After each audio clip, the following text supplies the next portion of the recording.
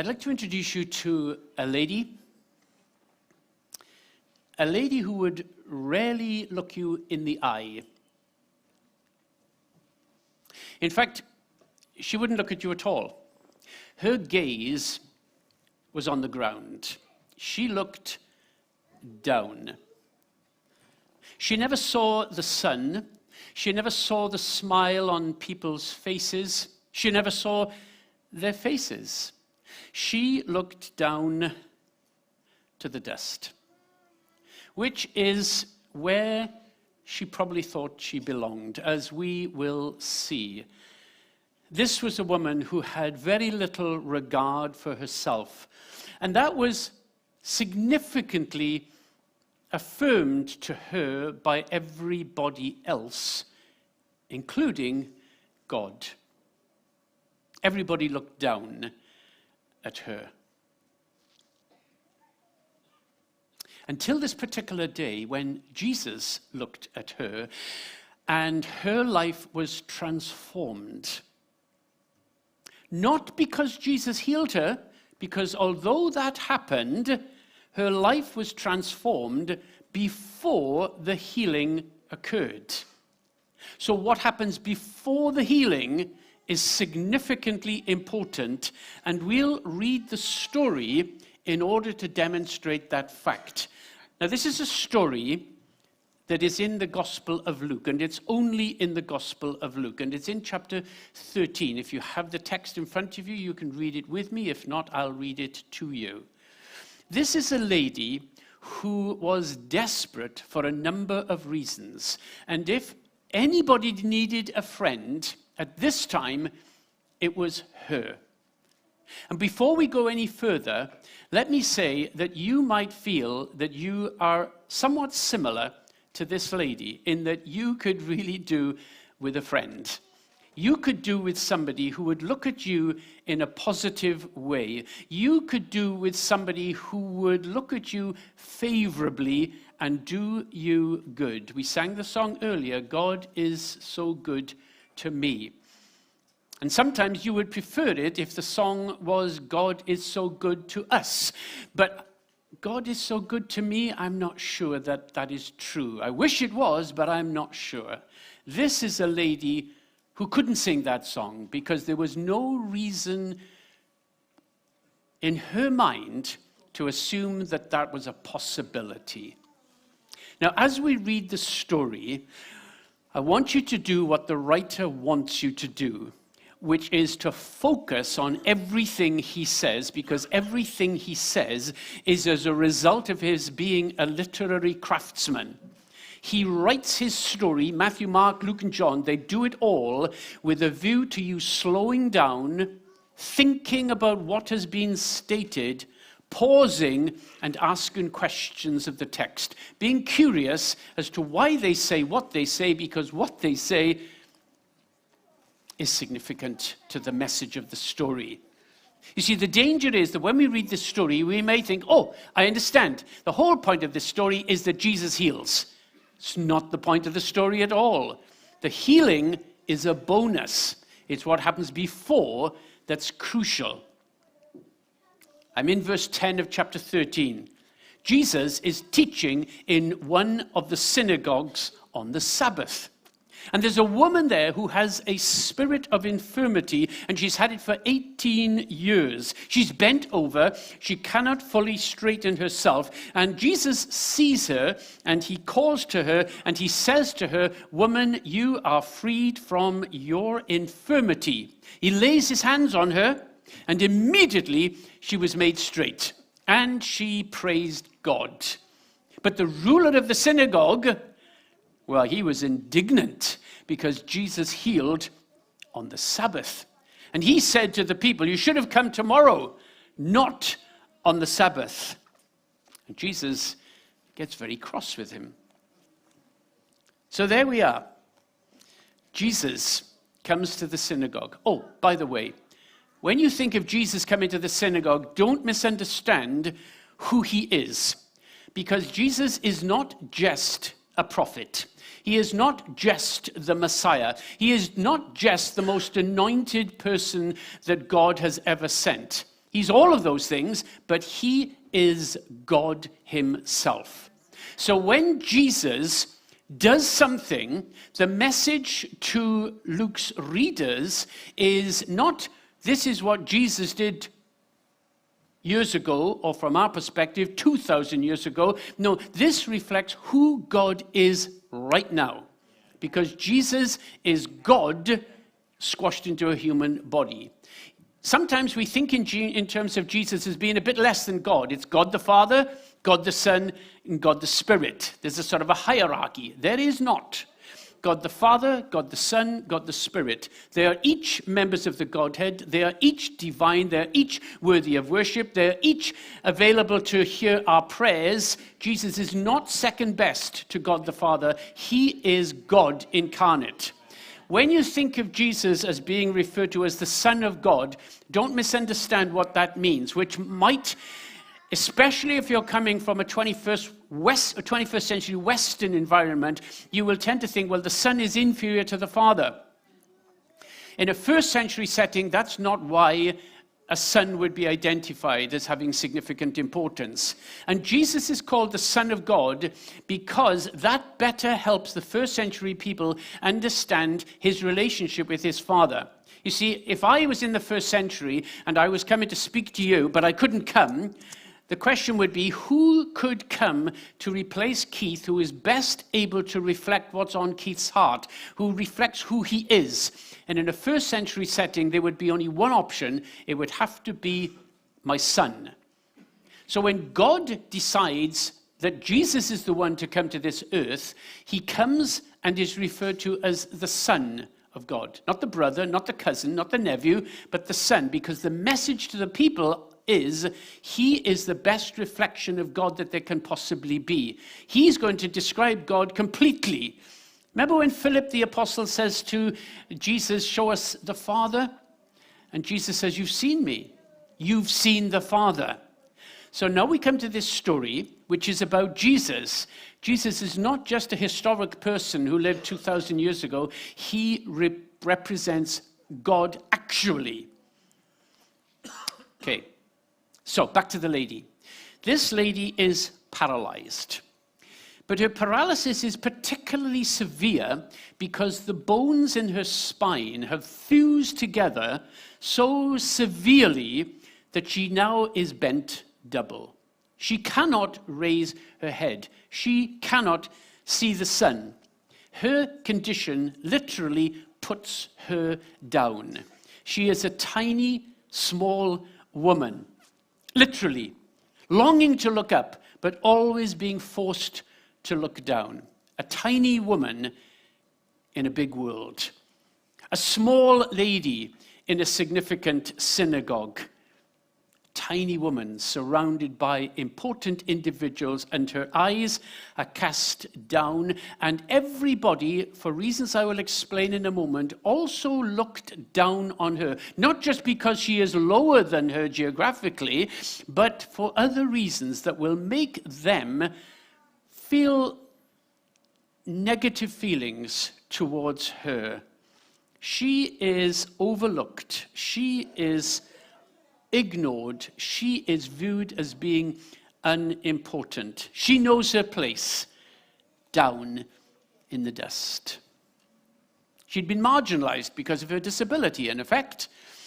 But she'd also been marginalized because she was a woman living in a male-dominated society in first century Israel. So on two counts, she feels overlooked. She feels sidelined. There's only one other person in this story other than Jesus, and he's a man. And although we know nothing about the lady, we know information about him. He's worthy of having some credit being drawn to him. He's a leader. He's an important leader because he is the leader of the synagogue. And the synagogue functions as the most important building in the community because everything that happens in the community happens in the synagogue, the school, the local hotel, the church. Everything of significance happens there. So nobody is more important than him, an upstanding, outstanding leader and an ordinary, insignificant, physically tiny woman. But it's worse than that for her. You see, she feels that not only is she overlooked by her society, but she's actually overlooked by God. God looks down on her, but not in a good way. You see, in the book of Leviticus, the rule is that paralyzed people are not allowed to serve as priests in the temple. They are marked out as being ineligible to function as priests in the temple. They cannot serve God. They cannot come before the Lord because of their paralysis. In the time of Jesus, the rule still held. And in fact, there were a number of people who felt that paralyzed people shouldn't actually be allowed into the temple at all, let alone to serve there. And there were some religious leaders who felt that paralyzed people shouldn't be allowed into the city of Jerusalem because their presence would sully the city. It would contaminate the place. She feels very marginalized, very overlooked, sidelined by people, but sidelined by God. And it's possible that you will be feeling much the same as her. A bit overlooked by society, by family, by friends, by people, even by people who are in the church with you right now, because of who you are and your perception of yourself. And it may be that lurking underneath it all is a suspicion that God isn't overly thrilled with you either. Maybe he has overlooked you. Maybe he has sidelined you. Maybe he isn't as interested in you, as you would dream he would be. You can't imagine that he would be, but you can see others who seem to enjoy his involvement in their lives more than you. Maybe that's how you feel. That's exactly how she would feel herself. But it's even worse for her because, you see, she's been identified by Luke as having a paralysis that is somehow associated with a spirit of infirmity.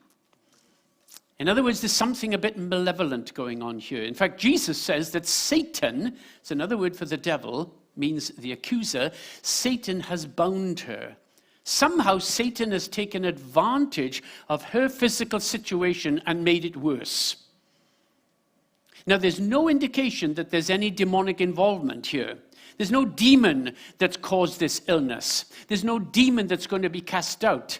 On other occasions, when Jesus casts out a demon, he doesn't talk to the victim, he only talks to the demon and tells it to clear off. On this occasion, there's no demon that's talked to, and the only person that Jesus talks to, other than the religious leader later on, is the lady herself. So no demon is present in this story. In fact, another evidential point to indicate that is that whenever Jesus deals with the demonized person, he never touches the demonized person until the demon's gone.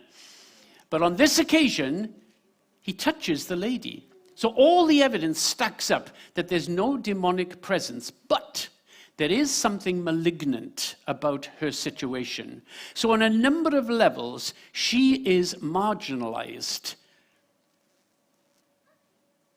She's desperate.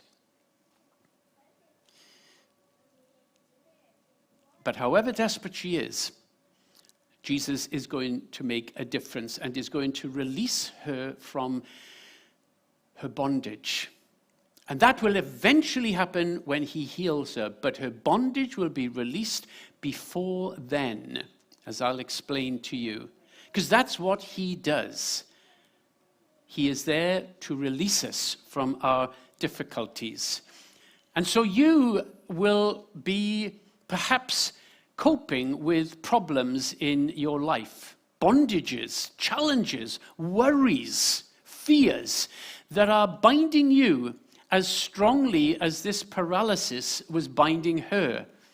I wonder what habit or what fear or what memory is gripping you, what problem is troubling you, spoiling your days, and making it difficult for you to sleep at night. Just as significant as something as physical as paralysis. Well, the message of the story is that Jesus can break that bond. That's why Luke puts it there in the gospel. So let's now look at Jesus more specifically, because my focus has been on this lady to help us realize just how tiny and insignificant and marginalized and unlikely to feel any sense of gaining anything from God as she could possibly be. And we can identify with her to a degree ourselves, whether we're physically ill or not, because we can get bound down with life. Now we'll focus on Jesus. And here's my first lesson that we learn about Jesus. Now don't worry, I've took my watch off now, and that might make you think, oh dear me, he's only took it off and we've been going for ages already. I just thought about it. Here's our first lesson about Jesus. He delights to include excluded people. Now, I'm going to say it again because it's important that we realize the truth of this. Sometimes the struggles we have in our lives as Christians in our relationship with God is because sometimes we don't feel he's present. We don't feel that we are receiving from him. We'll invite him to touch us, but we don't feel any sense of his impact on our lives. And we can get misled into thinking that a relationship with Jesus only makes sense when there is an emotional touch or a psychological touch that we somehow imbibe into our beings. The way to make a difference in our lives in relationship to God is to fill our minds with truth. And the truths will drain into our beings and make the difference. It's the truth that will set us free, the truth that will make us walk with a spring in our steps. And so we need to keep feeding our minds with truths, not expect some touch that will revolutionize our lives. If they come, that's all to a bonus. Here's the first truth. Jesus delights to include excluded people, and nobody was more excluded than her. As far as she was concerned, he delights to make such people special. At which point, I say, every one of us here can put our hand up and say, that includes me. That includes me. Because I sometimes can feel a little bit like her, at which point Jesus is happy to say, great, you're just my captive audience, because I want you to feel included. To what degree do you want to make me feel included? Oh, Luke says, hold on, read the story, and you'll understand just how included Jesus wants to make you feel. And so he paints the story for us before our eyes. First thing he does, well, when did the healing occur? You don't have to tell me, but you probably remember it occurred on the Sabbath, the Saturday in a Jewish mindset. Why do you bother to tell me that? Who cares what day it occurred? Well, it's very important that we know it occurred on the Sabbath. Because what Jesus did on the Sabbath was something that Jesus as a Jew should know you shouldn't do. You should not be healing on the Sabbath, Jesus. And that's why the religious leader, the synagogue leader, gets cross that Jesus heals on the Sabbath. And he tells the people, for goodness sake, bring people to Jesus tomorrow. He shouldn't be doing what he's doing now. You're forcing him to do something that is inappropriate. It's necessary that you bring them tomorrow. Jesus says, hold on. It's necessary that I do what I do today. But why did they think like that? Well, the Jewish people in the first century and centuries before and centuries after were very keen to practically apply the commandments of God that God had given to their own lives. And so they gave heed and attention to trying to make sense of the commandments. 10 commandments to start with. One of the commandments is you shall keep the Sabbath holy. What's that mean? What does it mean to keep the Sabbath holy? Means the Greek word means different. Well, how do I keep it different? How do I separate it from all the other days of the week? One of the conclusions was, well, you mustn't work on the Sabbath. So no work. Next question, what's work? Is picking up a child work? They had an answer for that. What about picking up a child who's carrying something? Is that work? They had an answer for that. They had a whole range of scenarios that they worked through. And they're not being pernickety for the sake of it. I give them credit for trying to do their level best to fulfill what they thought God would be pleased with. And in fact, the Jewish people have a whole range of books that unpack the law of the Old Testament. It's called the Talmud. It's actually a collection of books, and if you put them in a row, they're about that big. And one of them is dealing with the Shabbat, the Sabbath. And it's over 950 pages long. And it is all dealing with how do I keep the Sabbath holy. One of the conclusions is you do not heal on the Sabbath because that's work. Unless somebody's dying, then of course you minister to them. But if they're not dying, and this lady is clearly not dying because she's been paralyzed for 18 years, you can deal with her tomorrow. But God comes first. That was their thinking. Jesus says, no, this lady comes first. In fact, in chapter 4 of Luke, he makes a point of saying, Jesus, that the Sabbath is to liberate people. And 6 times in the Gospel of Luke, Jesus is recorded as healing on the Sabbath. He's not being radical. He's not being a revolutionary. He's not breaking the rules for the sake of it. He's not trying to be a clever clogs. He's trying to demonstrate that what matters to God is people. And he will deal with somebody who has a need, whatever the day it is. And if it's the Sabbath, and if it's in the middle of my sermon, I'll do it, because that's crucial. And you readers, 1st century, 21st century, audience in Luke's synagogue, you need to know that my priority is people. Remember who Jesus is? He's not just the visiting preacher. He's not just a lucky coincidence who's turned up on that occasion. He's God, and he's making the statement, people are my priority. And although the rules say you shouldn't do this, Jesus says, I do what I want to do, and I will do it because this lady needs to know that she is special. Very special. So special that I'll stop my sermon, interrupt my talk to focus on her. She actually becomes the most important person in the story, which is funny because you'd think that Jesus was the most important person in the story. But to a very significant degree, she's the most important person in the story. And the spotlight that you would imagine is on Jesus actually gets focused on her. And who's in charge of the spotlight? It's Jesus. Luke picks the point up, and he refers to this lady 4 times emphatically. Jesus sees her. Jesus calls to her. Jesus touches her. Jesus speaks to her. She's the center of the conversation. And 5 times in this little passage, verses 11 to 13, she is the subject of the verbs in the sentences. The message for Luke, following on from Jesus' actions, is she's much more important than you might realize. See, this is not an occasion where Jesus is preaching to the squashed congregation in the synagogue, and then he sees this lady, and then he quickly moves on because he's got a sermon to preach. Or he sees the lady and then quickly moves on because he sees some important people on the other side. No. This person is so important that he stops what he is doing because he has seen this lady and because he knows she needs to have some important information presented to her.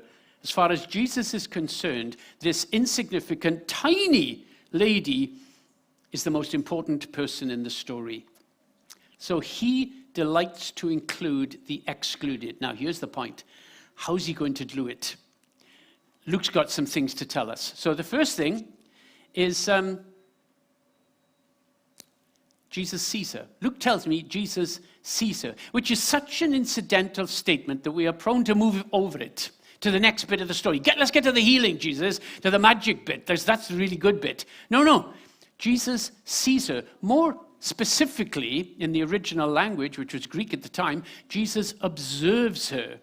It's not Jesus looked at her like I'm looking at you all. It's Jesus observed her like this, as I observed David on the front row. He stares at her. He gazes at her. She has taken up his attention. He noticed her for a purpose.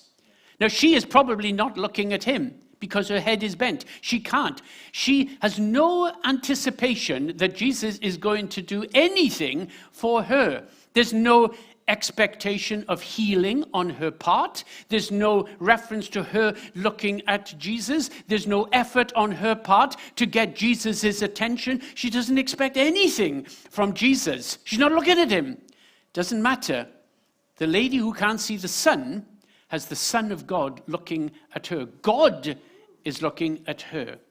God has observed her, just like God is looking at you.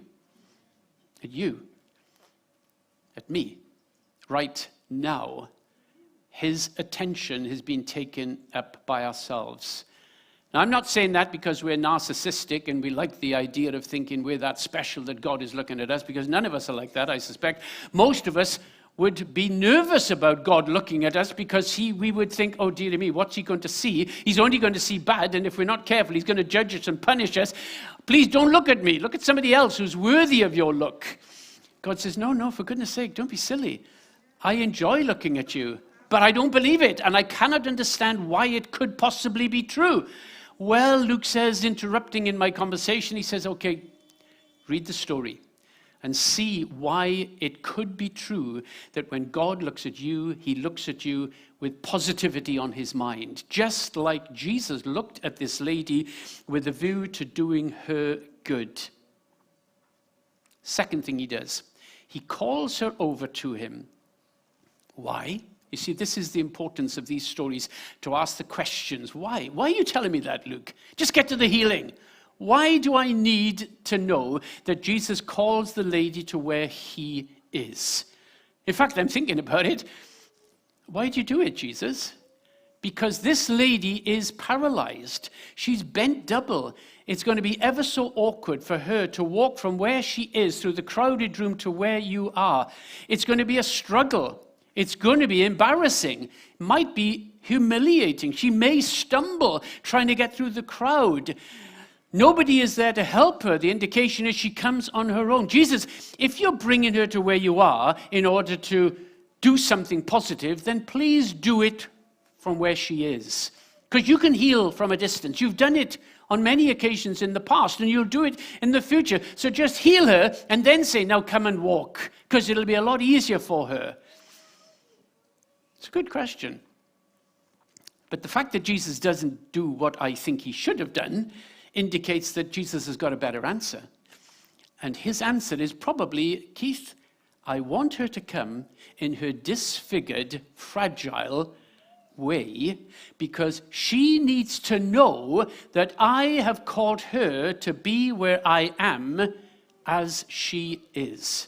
Not when she's perfect, not when she's transformed, not when she's got everything together. No, I want her to come when she is at her most disfigured, her most rejected, her most marginalized. And yes, she will stumble, but everybody will see her coming, and then they will see that when she comes, she will come to where I am, because that's exactly where I want her to be. I want her to be in proximity to me. I want her to be where I am, so that when they see her, they will see me. When they see me, they will see her next to me. So I will call her. So you can imagine if Luke had expanded the story, or if this was the reality, you can imagine the crowd looking at the lady and wondering, what's going on? What's he going to do? Is he going to tell her off for being there, this contaminated, sinful woman? And you can imagine Jesus, whether he said it or not, I don't know, but it's okay, take your time. Come on, it's fine. Relax. You can just watch. But I have asked this lady, not the religious leader, not the clever person, not the wealthy person, not all of you. I've asked this most unexpected lady to come and be where I am. No rush. I'm going to wait for you. Sermon can wait. I'll wait. You see, Jesus knew what was going to happen. In a few seconds' time, this woman was going to stand tall.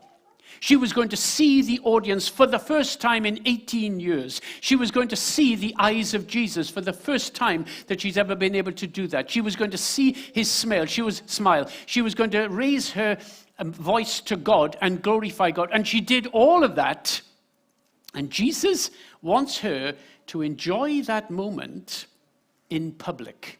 He wants her to enjoy that moment and to enjoy the fact that everybody is privy to that beautiful, miraculous occasion when she will be transformed. You see, the spotlight is still on her. It's on her in this disfigured form, totally undeserving of anything. But Jesus in that state says, I know what you think about yourself, but you need to know what I think about you. And that's why I've brought you to be as close to me as you possibly can be, and closer than anybody else, because that's what I think of you. I want you next to me.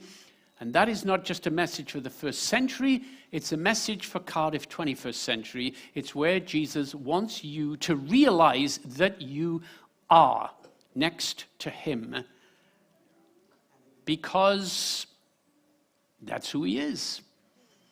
We could give all kinds of reasons as to why we would push others in front of us and say, no, he needs to be next to you. She needs to be next to you. I'm happy just to be in the line, somewhere down the track. Jesus says, no, listen, I'm telling you, I want you to be next to me. Luke hasn't finished, because then he says he touched the lady. Before the healing, he touched the lady. We don't know where he touched her, whether he touched her head, whether he put his arm around her shoulders, he gave her a crutch. We just don't know what he did, but there was a touch. Now, the touch was not just a sign of compassion for this lady. It was a sign of the authority of Jesus. You see, this lady will have assumed, did I mention this? I'm not sure. This lady will have assumed that her sickness is due to personal sin. She must have sinned, and that's why she's sick, because that was the message that went around in the first century and for centuries before. If you're sick, you've sinned, and God punishes you. Well, her sin must have been significant, because she has been sick for 18 years. And however often she may have asked for forgiveness, it looks as if that forgiveness hasn't happened because the sin was so severe, she's got to suffer a bit more.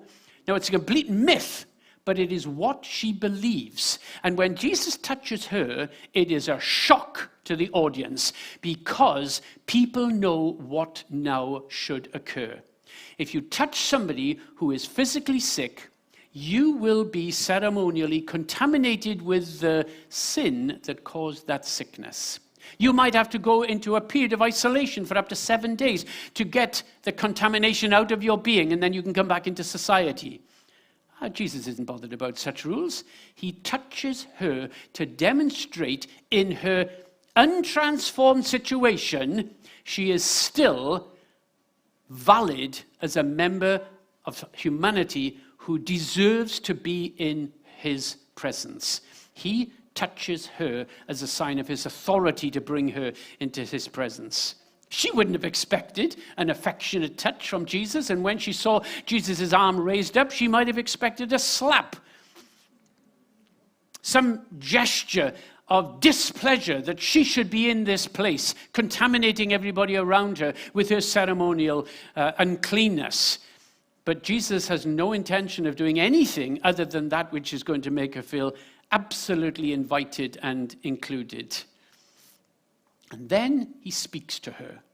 Why'd you do that, Jesus? Just heal her. Get on to the next person who needs to be healed. No, I want to speak to her. So why does he speak to her? Is it because that's the only way she could be healed? Well, no. Jesus healed people, sometimes from a distance, who couldn't have heard him if he'd have shouted healing. In fact, Lazarus was dead.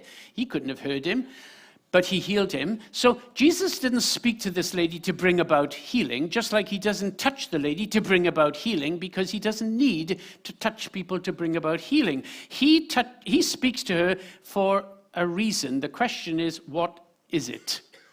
Now, she can't see his face. She can't see his lips. She can hear the words that he says. And what are the words that he says? The first word, you may remember it, is the word daughter. Daughter. No father brings her to Jesus. No husband brings her to Jesus. No man is there as part of her family group to bring her to Jesus. She's on her own. She's physically on her own, but emotionally, psychologically, she's on her own. And Jesus' perspective to her, and he wants her to know it, and he wants everybody else to know it, that's why she's there, is daughter. You are daughter. And then he says, but hold on, you're not just daughter, you are daughter of Abraham. Daughter of Abraham. Abraham, most important Jewish person in the history of Judaism. Then and now, because Abraham was the one who kicked off the faith in Jehovah back in the day. Nobody more important than Abraham. And Jesus says, I know what you think about yourself, and I know that you think everybody is rejecting you, and they're right to rejecting you, and you think that God has rejected you because you're a nobody, and he's punishing you with your paralysis. Let me tell you who you truly are. Number one, you're daughter, and number two, you're the daughter of Abraham. You can't have a greater honor than that. She's not healed yet, not transformed yet, not changed yet, but still, Jesus is saying, in your disfigured state, you're a daughter of Abraham. Nowhere else in the Gospels does Jesus refer to anybody as being a daughter of Abraham. But this lady receives that accolade.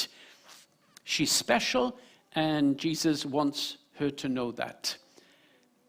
It's at this point that the healing occurs.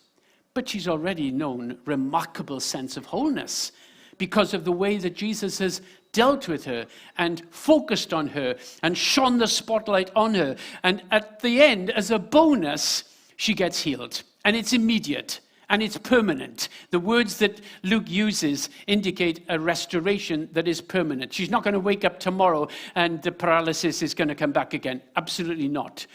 The back is made straight, Luke says. And Jesus says, you've been freed. You've been loosed. That malignant bondage that gripped you, whether it was anything satanic or whether it was certainly physical, it's gone and it's never going to come back. The tense that Luke uses here indicates, or that Jesus uses actually, is a tense that indicates permanency. She's been healed, but not just physically, because she's now also recognized that Jesus, who's God, has welcomed her into his presence, and she has done so little to deserve it, to merit it, nothing at all. It's all been because he has brought her there, and now he has made the point, the journey starts now, before you get healed with me. Enjoy that journey of discovery and encounter. And it's Luke who tells us that it's the Lord who healed her. Now, you think of the term Lord as being another name for Jesus, which it is, but to the Jewish person in the audience, the name Lord is only relevant if it relates to God, to Jehovah. It's a God name. You can't just throw the name Lord around to anybody. But Luke says, no, it was the Lord who did it. But it was Jesus who did it. Yeah, but Luke says, for goodness sake, haven't I already told you, this is God who's doing it. It is God who's brought about the healing, not as he has done it in the past through a prophet. He has done it because he is God incarnate. That's the truth.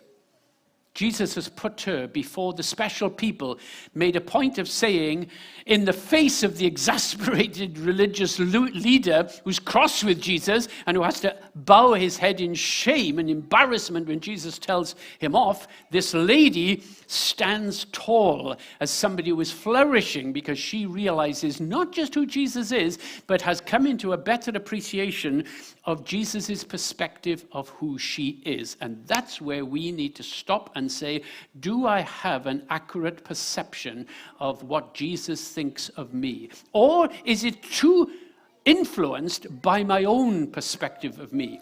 Because if I was to give you a list of my good points and my bad points, my list of bad points would be far longer than my list of good points. So I could not make a good case for me being in the presence of Jesus. The only person who can make that case is the person who has all validity in doing it, and that's Jesus himself. And he makes the point of saying, I want you to be where I am because I want you to be where I am, because I am the initiator of the relationship that we have together. Don't forget it. Now you might say, well, I wish I was that woman. I really wish I was. If I could have somebody like Jesus to look at me, to observe me, to touch me, to call my name, to speak to me, daughter, son, to make a difference. But I'm just insignificant, as I've already said. I've got too many things going against me. Not special enough. And however good we feel, we can feel bowed down by life. Life ambushes us and things happen to us and problems come and it just gets us down. And we begin to wonder whether God's forgotten us as well. The story is there to remind us that these thoughts are inappropriate because they're incorrect. And the presence of Jesus indicates the truth. So if that's how you're feeling this morning, you're in a good space because Jesus is in this place and in our lives to bring truth, and truth sets us free. So I'm going to pray for you all, and I'm going to pray a prayer that I've written, and you can pray it with me because it's possible that you might feel, I just can't see the future. I just can't see the light at the end of the tunnel. I can't see the sun. I'm like her. Can't see the stars. Can't see Jesus, for goodness sake. I know I'm singing about him, but I just can't sense his presence. Don't expect to sense his presence, for goodness sake. It doesn't make any difference whether you sense his presence or not. He's there because he promises to be there. It's based on truth, not how we feel. So here's the prayer that I want you to pray, and it's based in what's happened to this lady. So pray it with me. You don't have to pray it out loud, but I'm going to pray it slowly. Thank you, Jesus, that you see us right now. Thank you, Jesus, that you know us right now. Thank you, Jesus, that you want us in your space right now. I struggle to believe that, Lord, but I thank you that on the basis of this story, it's true. And so on the basis of the truth of this story, we come to you now, and we look forward to your touch in our lives. Thank you. Thank you so much.